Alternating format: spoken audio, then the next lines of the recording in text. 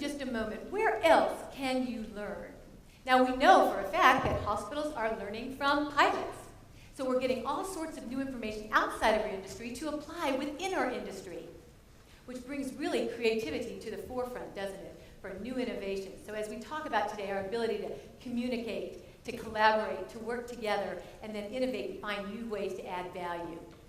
So let's take, for example, the bread industry. Well, what does the bread industry have to do with healthcare? Well, let's just look at it as an example. Some years ago, there was something called the low-carb craze. Anybody familiar with that? Yes, of course, the low-carb craze.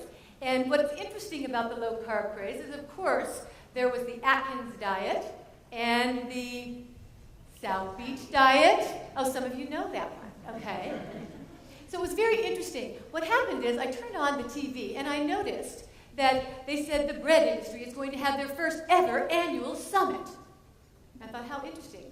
It's the first time they thought about getting together. Well, what happened is, because they did not foresee how it would affect their industry, they said, oh my goodness, we have got to have a meeting. Our bread sales are crumbling.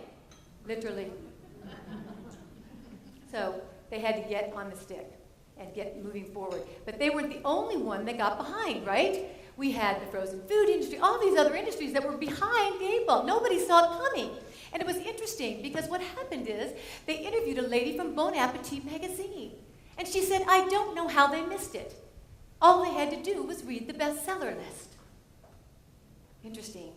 So I challenge you to think, where else can we get our information above and beyond all the great areas you have for information regarding the expertise here in healthcare? But where else can we look to gain that information?